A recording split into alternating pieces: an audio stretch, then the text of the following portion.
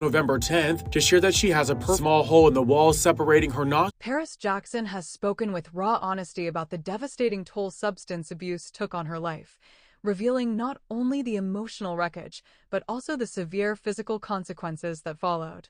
In a candid reflection that has resonated with countless others struggling in silence, she described how drugs didn't just alter her behavior, they dismantled her sense of self, her relationships, and ultimately, her body. What began as an attempt to numb the pain of inherited trauma, public scrutiny, and deep-seated grief after the loss of her father, Michael Jackson, quickly spiraled into a cycle of dependency that consumed her 20s. She didn't set out to destroy herself, she said. She simply wanted to feel nothing at all. But the numbness became a prison.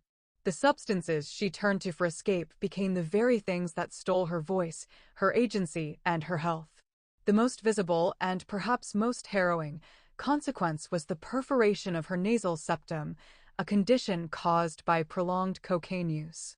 It's a medical reality that carries profound physical and psychological weight, chronic pain, difficulty breathing, constant nosebleeds, and the irreversible damage to the structure of the face.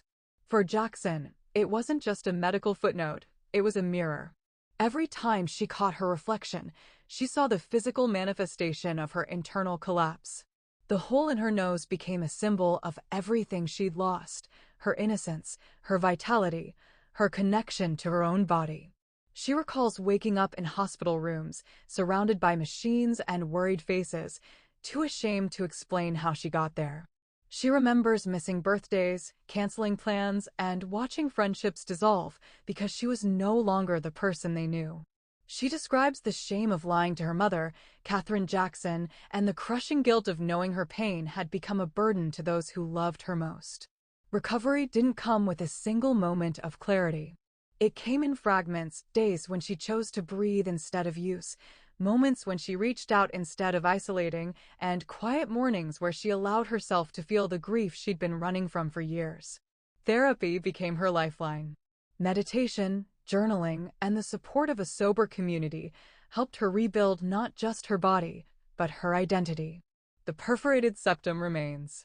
It's a permanent reminder, not of failure, but of survival. She's undergone multiple surgeries to repair the damage, but the scars, both visible and invisible, will always be part of her story. Yet rather than hiding them, she now speaks openly, hoping her truth might help someone else find the courage to ask for help before it's too late. Paris Jackson doesn't frame her experience as a cautionary tale meant to shock. She offers it as a testament to resilience. "I thought drugs would make me feel whole," she says quietly. "But they only made me hollow. And then, slowly, painfully, I learned how to fill myself again."